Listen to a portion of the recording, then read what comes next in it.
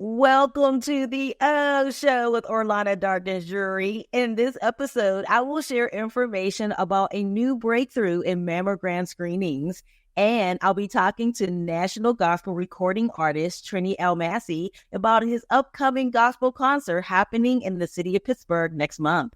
It's all happening on the Show with Orlana Darkins-Drewery. Stay tuned.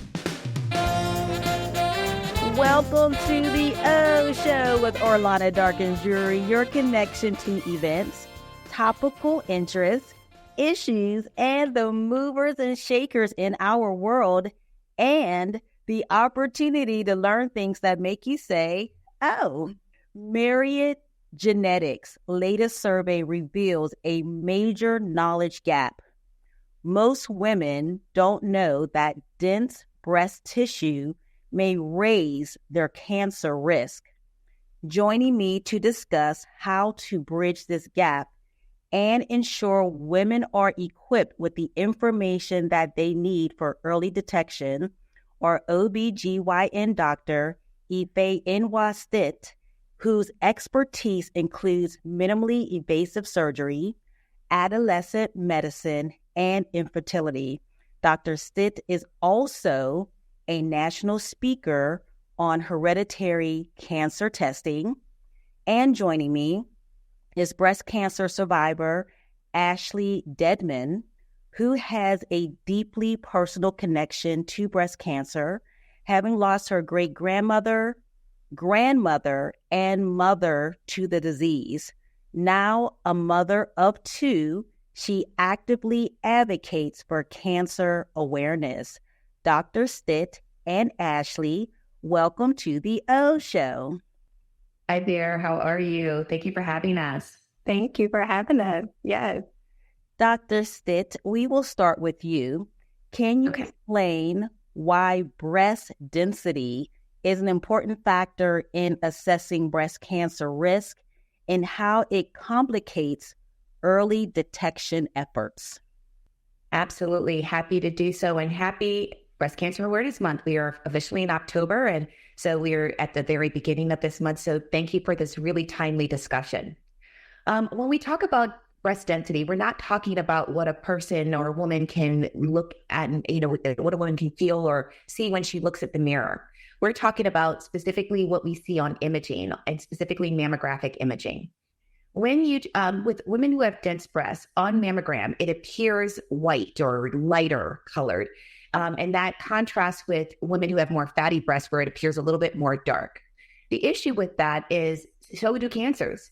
Cancers or cancer precursors like calcifications and even tumors will also appear white on imaging. So sometimes it makes it more difficult for the radiologist to interpret. Is this something that's benign, or is this something that actually is related to cancer?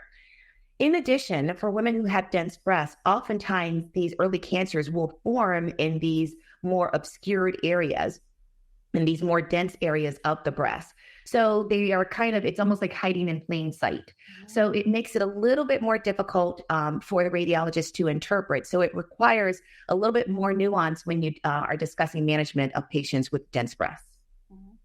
And so if you are getting your annual mammogram and the radiologist or your doctor says that you have density in your breast, what follow-up questions should someone ask?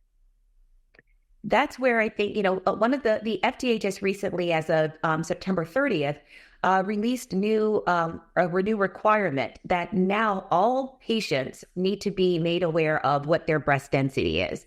And I tell my patients that this is something that providers have always known. It was always part of the report that your provider received, but now patients have the opportunity to be their own best advocate. Now, in most cases, when a woman has a mammogram, you don't leave with really any information. You have to wait for a letter in the mail that tells you this information. And once you get this information, then I certainly encourage my patients to go in and have a conversation with their OB-GYN, their primary care provider, their family doctor, whoever orders their mammograms and follows their breast health appropriately. Because sometimes these patients they might be candidates for supplemental screening, such as MRIs or even ultrasounds. Another piece of the puzzle is utilizing the family history to help the provider kind of triage. Is this a patient that actually needs to have a little bit more supplemental screening, or is this somebody that we can just kind of monitor with routine mammograms? And that's the biggest way. And the test that we particularly use is the MyRisk hereditary cancer test with risk score. So speaking of annual breast exams, many women are hesitant about the necessity of regular breast health checks. What would you say to those who might be unsure about the importance of annual screenings? I see this every single day. I think so many patients, just think that no news is good news and I'll just follow up when I get sick. And what I often tell patients, I'm like, breast cancer in this day and age is really something that's truly survivable. We're working on trying to prevent breast cancer in the first place, but if nothing else, it is absolutely survivable. Women do not have to die. You do not have, women like Ashley do not have to have the family histories that they have. And she's definitely an advocate to making sure that that's something that stops in future generations for her. But I tell patients that it takes more than just one imaging study to tell me whether you might need to have more supplemental screening. We have to have the opportunity to learn a woman's breast, and we have to have the opportunity to, see if there is, family history changes that will increase, the potential need for a patient to have additional testing that will tell us what we need to do. The MyRisk hereditary cancer test specifically is wonderful, and it's superior, in my opinion, because it's the first and only test that has been clinically validated to identify breast cancer risk in women of all ethnicities and ancestries. Historically, most of the studies that have been done in women. The genetic studies that have been done in women of European ancestry. So this is the first and only test that allows women of all ethnicities and all backgrounds to have a fair and equitable test done that will assess their particular risk for breast cancer. So this next question is for Ashley. And Ashley, your story highlights the importance of genetic testing in understanding personal cancer risk. How did genetic testing play a role in your journey, and what peace of mind did it provide? So yes, that's a great question. And it was really learning about my breast density and my BRCA2 mutation. This changed my standard of care. Genetic testing helped me to understand my personal risk for breast and other cancers, especially given my family history, as you shared earlier. But I witnessed firsthand my mother forgetting about her health, forgetting about her mammograms, rescheduling them, but life and so much just got in the way. And so you asked the question earlier about women who were hesitant about mammography, but that resulted in a stage 4 or metastatic breast cancer diagnosis, which she did not recover from. And so knowing that I carry a BRCA mutation, I began, and knowing that this information that I received through Myriad MyRisk, it provided me insight beyond what I could see or what I could feel. It gave me a roadmap to monitor and reduce my risk. And that was through early initiation to screening, through mammograms, which I had to get every 6 months. But I felt empowered because I knew that I was staying on top of my health, because I saw what my mother did not do. And I knew that I did not want to follow in those same footsteps as it related to mammography and her screening and her prevention. But it also helped me to make lifestyle changes. It also positioned me to make the tough decision to have a preventative double mastectomy after 10 years of increased surveillance, which I had at the age of 31. And finally, this information has allowed me to have open and ongoing conversations with my family and my daughters about their potential risk, so that they too can make important health decisions. It's also educating my daughters on the importance of them getting their mammograms, knowing that they have a family history, knowing that their mom carries a mutation. Their standard of care will and is going to look different. And I want them to know what that means. This is very important information. And thank you so much for sharing your personal story. I want to go back to Dr. Stitt.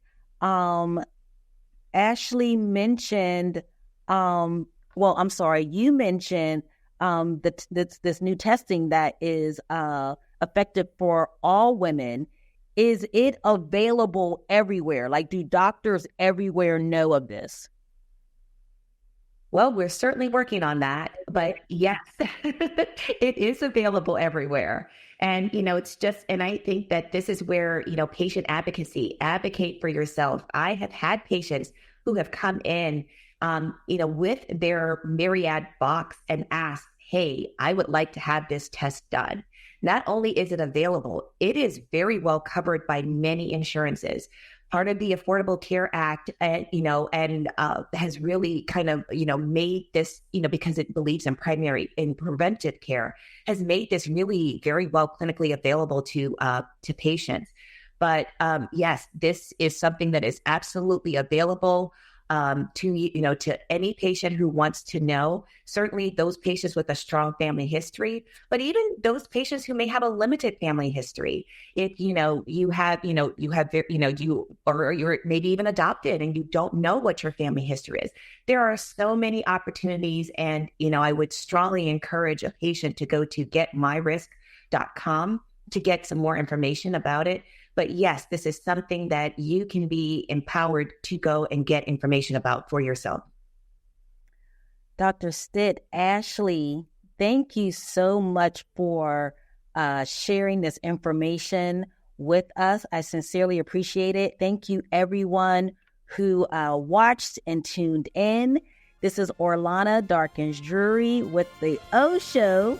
Thank you for tuning in. Keep shining. Stay tuned. Up next is my interview with Trini L. Massey.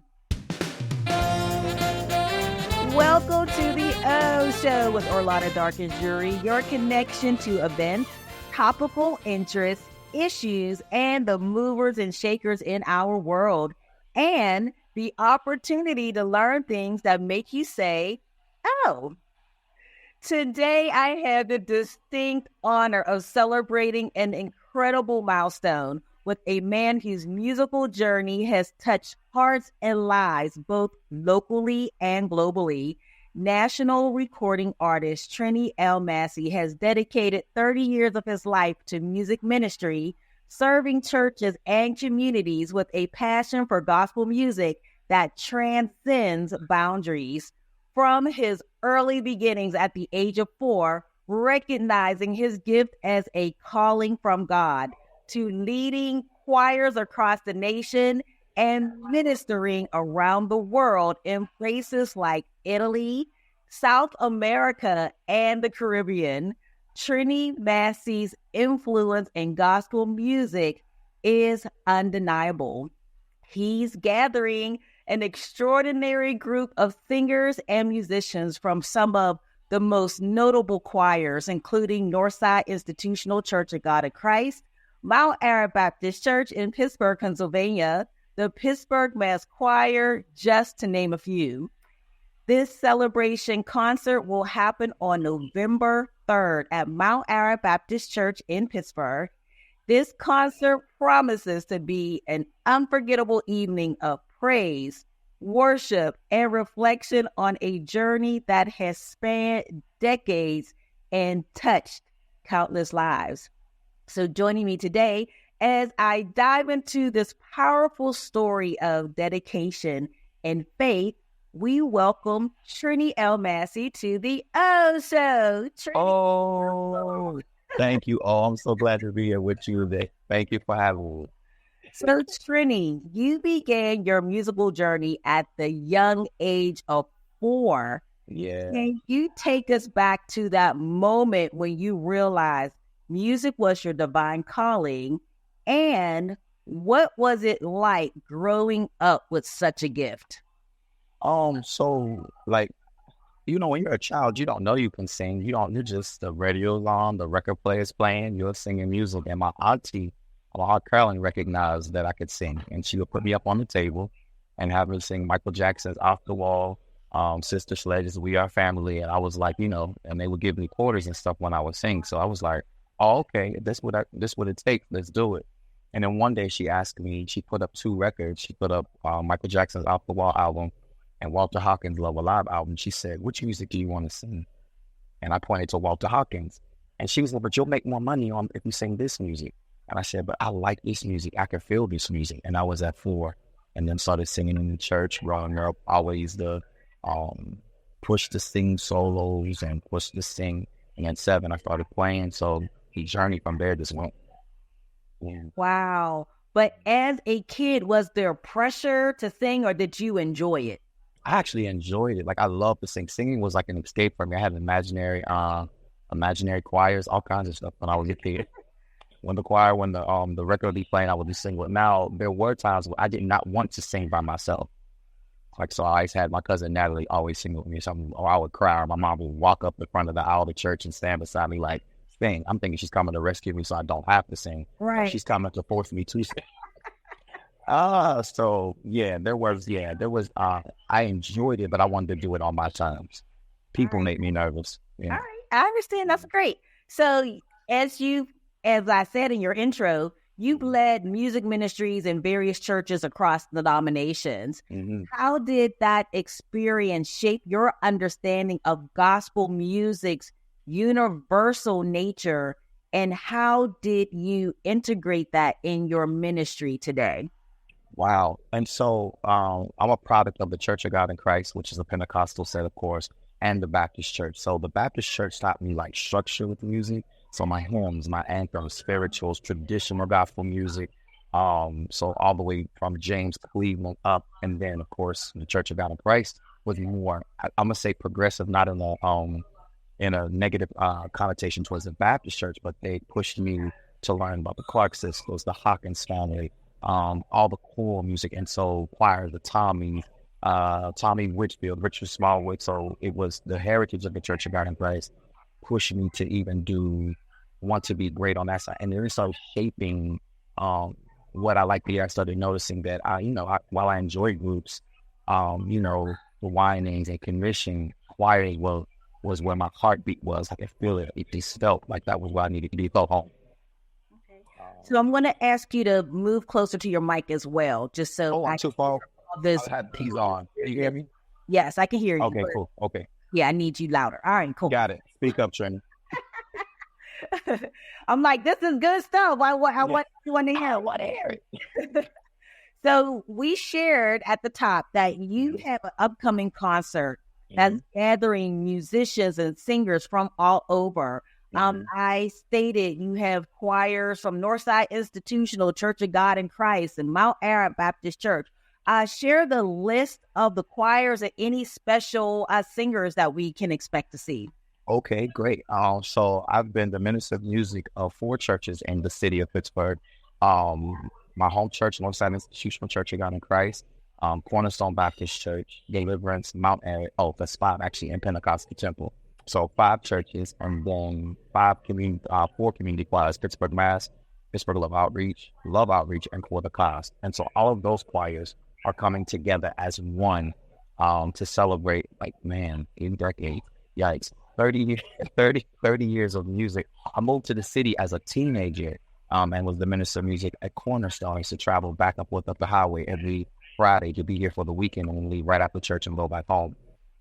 So they'll all be coming together. I have special guests that are coming from all over the nation, some surprise guests. And so I want to keep the surprise in the surprise. Okay. Not a problem. Mm-hmm. Mentioned as a teenager, you were directing choirs. How was that as a young person? You're directing adults to get their part right. Oh, man. So I've had great training because in my home church, when we were living in Uniontown, Pennsylvania, my family was in the choir. And so I had to tell them what to sing at 11 and 12 and 13 and 14. One time my aunt wasn't singing the right part, and she got mad because I told her she wasn't singing the whole part. And she started talking back. I said, get out. And I put her out in the rehearsal. And she thought that my grandmother and my aunts and stuff were going to defend her. And they were like, you ain't listening. He's in charge. And so I said that to say that in every choir, as coming up as a teenager, as a kid, I had a great core of elders that always held my back and kept the people alive and made them respect my gift and respect me. And then it was just, I just literally, I always had mothers and spiritual fathers that guarded me and guided me. So it was easy. Yeah. It was weird at first, but, hey, I like to be in charge. At that time. Now I'm like, oh. But you figure that is good training, because if you could get your family to listen to you and you're Right. this little Trini. That part. You understand, right? You get it. They're the ones saying, listen, you ain't telling me what to do. Right. I'm God. That is good boot camp training.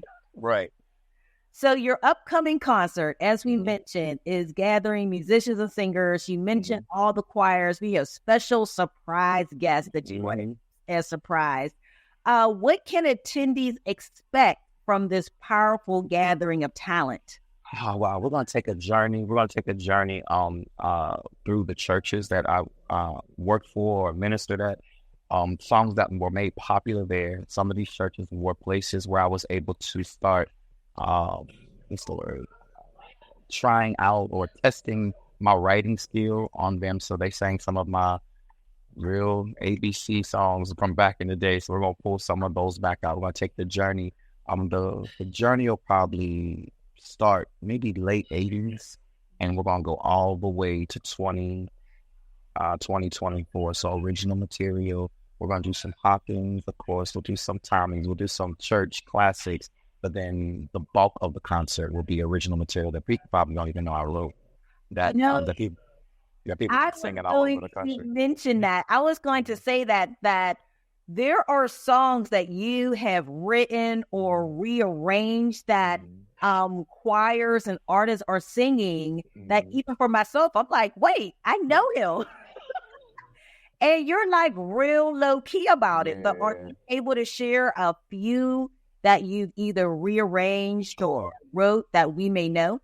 Definitely. Greatest Our Faithfulness is currently on Charles Butler and Trinity's project. And it actually was nominated. It was in the running to be nominated for a Grammy.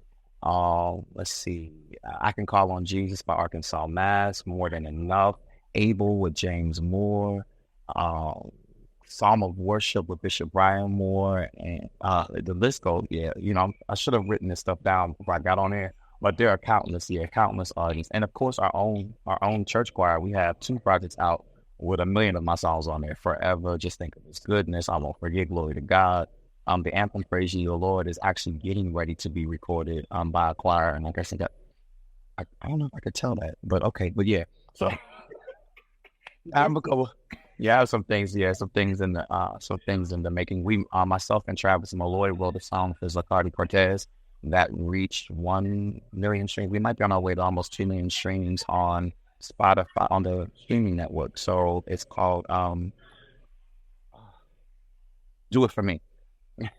So yeah, it's going well. Yeah, but my thing is, when God gives you the gift, it's not to make your name great. While He does it in the process, it's really to minister to the hearts of the people that God allows you to touch. So it's an honor. So it's not like you never share. Like, you're one of the people. You never tell us what's going on. I got to find out. You got to tell me. I'm like, it's really, I'm low key with that kind of stuff. Because at the end of the day, what matters is that the hearts of people and their lives are being changed, touched, blessed by whatever God allows to be deposited in you. So, yeah.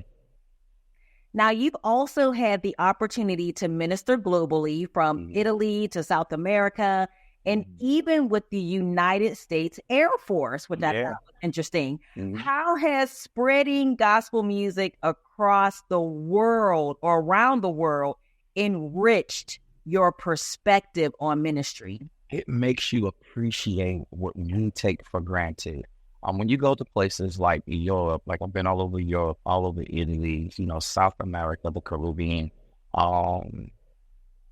they always, the comment is, we want what you all have. Like, and I watch us back home take what we have for granted, right? It enlarges your perspective, and it kind of makes you feel, I can, what's the word I want to say? I can relate to Paul. When Paul is writing his letter to different churches, and he said, when you talk to so-and-so, greet so-and-so, and tell so-and-so, you start building community and family, which enlarges you, which you see the hand of God moving, and people don't even know the language, but they can feel His presence. So it's like, man, this thing is bigger. It's bigger than I even thought. It's bigger than us being in 4 walls of the church. The power of God transcending even their knowledge of what they're singing, but because they're lifting his name, he's honoring their heart. Oh, Orlana, man, that's about to make me cry now. You watch lives be changed. It's like, and God, you allowed me to be a part of this. I've been able to see the world for free, because God sent me these places. So yeah, it's made me appreciate what we have, and it's made me push people that I lead to always strive for excellence and never take it for granted, because somebody else really wants what we have. So yeah. You founded For the Cause of Christ in 2007, bringing together singers from multiple states. Mm-hmm. What inspired you to create this ensemble, and what has been the most rewarding aspects of leading such a group? Man, For the Cause came out of, I had been leading Pittsburgh Mass Love Outreach, and they were mass choirs. And at one point in the industry, mass choirs were no longer popular because they didn't want to move the bodies. And so it was a business move, I thought, to streamline down and just pick 10 singers from each section that were all leads or all strong part holders, and shape them into an ensemble. And so with that, I've watched I think you said, was the most rewarding part? Yes. What was the most rewarding part for me has been to watch those that I've shaped, that have come under ministry, go on to lead their own ministries and become ministers of music and worship leaders and preachers and evangelists, and then start walking in their call. It's like, wow, I remember when we were in rehearsal and you were scared to pray, and now you're praying heaven down. Or I remember you were afraid to open up your mouth and sing, and now you're being called all over the world to sing. So that's been very rewarding, just watching people come into what God has for them, and them saying, but you push me, and thank you for pushing me. So it's like, no, he did it. I was just, let's go, let's get this done. You can do it. Yeah. Looking ahead, what are your hopes and visions for this next chapter of ministry? You're celebrating 30 years. So what are your hopes and visions for the next chapter of ministry? My next chapter of ministry, somebody just asked me, they said, what will you do? And I said, I'll always do worship. I'll always do music ministry, no matter what. I believe I'm going to hit the mega millions very, very soon. I don't play. But I feel like when it's time for me to play, heaven's going to download the numbers. But I say that to say, I really want to do philanthropic work. I really want to give to causes, support causes that are going to impact humankind in a positive way. That's one of the major things that has really been on my heart. So I've been asking God, okay, I know you well enough to know that when you place something there, it means this is where I'm growing. There are some books I want to write, definitely consulting churches and helping them build their teams to be effective. Because what I'm finding out is, while these people are gifted, a lot of them just don't know. They don't have a mentor to help kind of guide and shape. And say, no, don't do that, but you can do this. So more of that, master classes, and just asking God what's next. I'm open, of course, writing, maybe release a CD. I don't know. We'll see. We'll see. Yeah, I'm open. I told God I'm open. So again, you're celebrating 30 years, music and ministry. What was the motivation to do the concert? My choir member screaming at me. Oh, no, I'll joke aside. I had felt the pull to bring everybody back together during the pandemic, right? I started feeling God's hand say, and I was like, oh, it's going to be so much work. It's going to be so much work. And then earlier, maybe late 2023, going into 2024, one of my choir members, and I call her my sister, we started singing together as teenagers.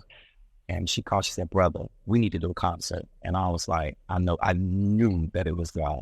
I said, Angel, if this is what you feel the God's telling you to do, I want you to know that it's already been my heart and you're the push I needed. If you will help Jared, I'll definitely do it. And she brought in there. We got the committee together. And so here we are. That's what pushed it.